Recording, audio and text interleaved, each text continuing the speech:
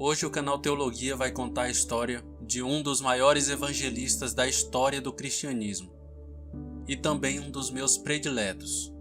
No vídeo de hoje você vai conhecer o sapateiro que virou evangelista, que levou centenas e milhares de pessoas à fé em Cristo Jesus.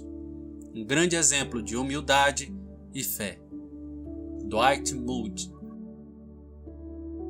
Talvez uma forma simples de ilustrar isso é recordar a vocês uma família muito pobre que viveu na América do século XIX.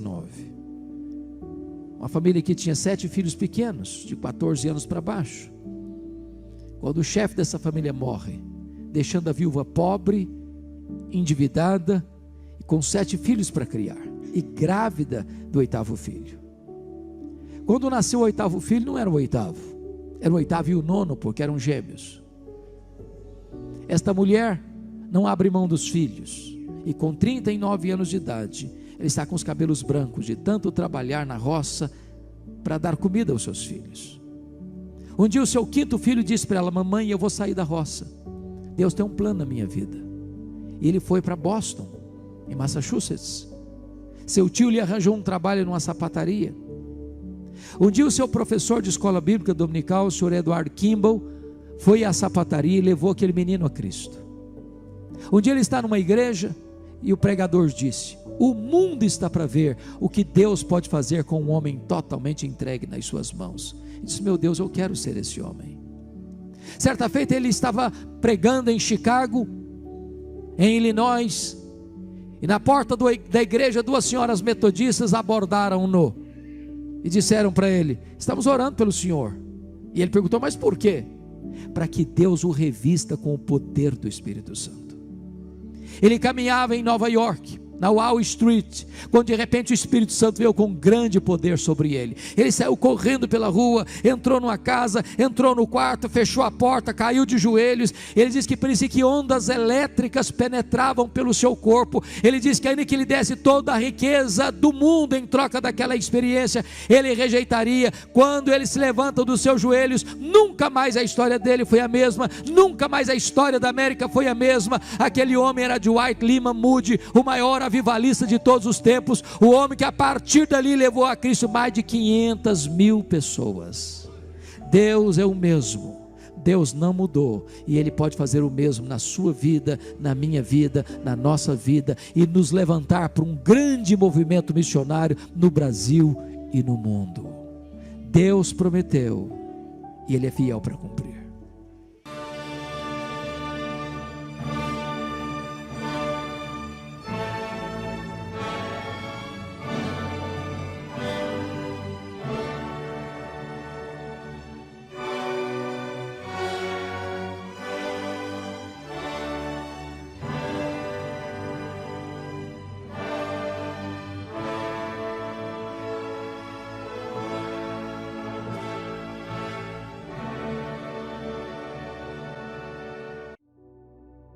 Irmãos, Moody passou de um começo bem humilde e sem educação para uma vida poderosamente usada por Deus. E com isso ele prova para a gente que Deus pode realmente usar qualquer um, de qualquer lugar. Você não precisa ser um doutor ou um perito para a Bíblia para ser bem sucedido no Senhor. Claro que eu não nego a importância dessas coisas, mas eu estou dizendo que Deus pode sim usar na humildade pessoas simples e sem entendimento para fazer grandes coisas. E esse é o início desse grande homem que nós vamos contar agora. Ele não tinha entendimento e ele era simples. No entanto, Deus o capacitou para a obra de Deus. Moody é um famoso evangelista do século XIX, irmãos. Ele veio de origens humildes, tanto na fortuna quanto na fé. Quando ele veio ao Senhor pela primeira vez, não tinha nenhum conhecimento sobre a Bíblia, nem sobre Deus. Moody passou de pouco ou nenhum conhecimento sobre Deus para um grande evangelista para centenas de milhares de vidas.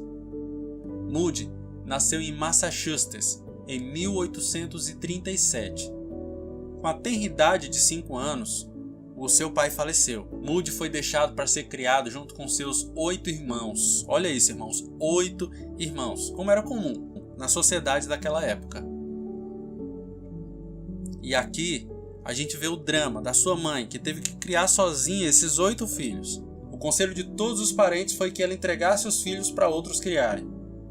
Mas com invencível coragem e santa dedicação a seus filhos, ela conseguiu criar todos os 9 filhos no próprio lar. Guarda-se ainda, como tesouro precioso, sua Bíblia com as palavras de Jeremias 49:11 sublinhadas. Deixa os teus órfãos e eu os conservarei em vida, e confia em mim, tuas viúvas. Pode-se esperar outra coisa a não ser que os filhos ficassem ligados à mãe e que crescessem para se tornarem homens e mulheres que conhecessem o mesmo Deus que ela conhecia? Assim se expressou Moody ao lado do túmulo quando ela faleceu com a idade de 90 anos. Sobrecarregada por ser uma mãe solteira, a mãe de Moody não o encorajou em sua educação, nem o incentivou a ler a Bíblia. Consequentemente, a educação de Moody sofreu, e ele nunca passou na 5ª série. A espiritualidade de Moody e o conhecimento da Bíblia também sofreram devido à dificuldade de sua infância. Deus o usaria mais tarde para ministrar a pessoas com vidas semelhantes e até menos afortunadas. Com a idade de 17 anos, Moody saiu de casa para trabalhar na cidade de Boston, onde achou emprego na sapataria de um de seus tios. Continuou a assistir os cultos, mas ainda não era salvo. Notai bem, os que vos dedicais à obra de ganhar almas. Não foi num culto que Moody foi levado ao Senhor. Seu professor da escola dominical, Edward Kimball, conta: resolvi falar-lhe acerca de Cristo e de sua alma. Vacilei um pouco em entrar na sapataria. Não queria embaraçar o moço durante as horas de serviço. Por fim, entrei e resolvi falar sem mais demora. Achei Moody nos fundos da loja, embrulhando calçados. Aproximei-me logo dele e, colocando a mão sobre seu ombro, fiz o que depois parecia-me um apelo fraco, um convite para crer em Cristo. Não me lembro do que eu disse, nem mesmo Moody poderia lembrar-se alguns anos depois. Simplesmente falei do amor de Cristo para com ele, do amor que Cristo esperava dele de volta. Parecia-me que o moço estava pronto para receber a luz que o iluminou naquele momento, e lá nos fundos da sapataria, ele creu e entregou-se a Cristo. Quando Moody completou 18 anos, ele sentiu no coração dele o chamado do Senhor. Um professor da escola dominical persuadiu Moody a responder ao chamado e arrepender-se de seus pecados.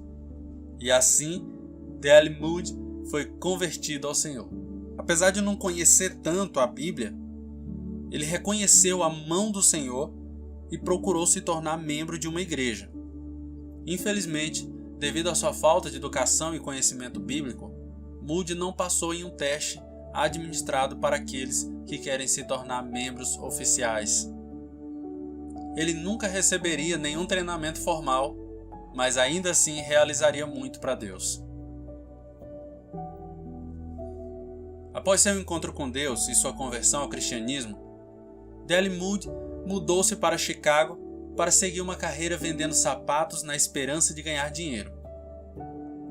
A fé de Moody em Deus logo ficou mais forte do que o seu desejo por riquezas. Ele decidiu buscar fazer algo para o Senhor. E em 1958, Moody decidiu começar uma escola dominical missionária no gueto de Chicago. E aí, irmãos? Que desculpa nossa geração tem? Que desculpa a gente tem? Olha isso. Uma escola bíblica dominical missionária no gueto.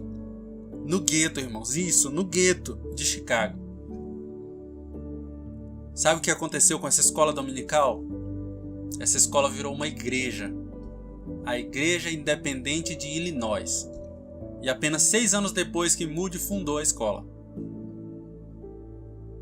A Igreja Independente de Illinois mais tarde se tornou a atual Moody Memorial Church. E assim Moody acabou deixando seu negócio de sapatos para se concentrar completamente em seu trabalho social e evangelístico para o Senhor. Ele amou genuinamente sua comunidade e trabalhou duro para alcançar seus membros.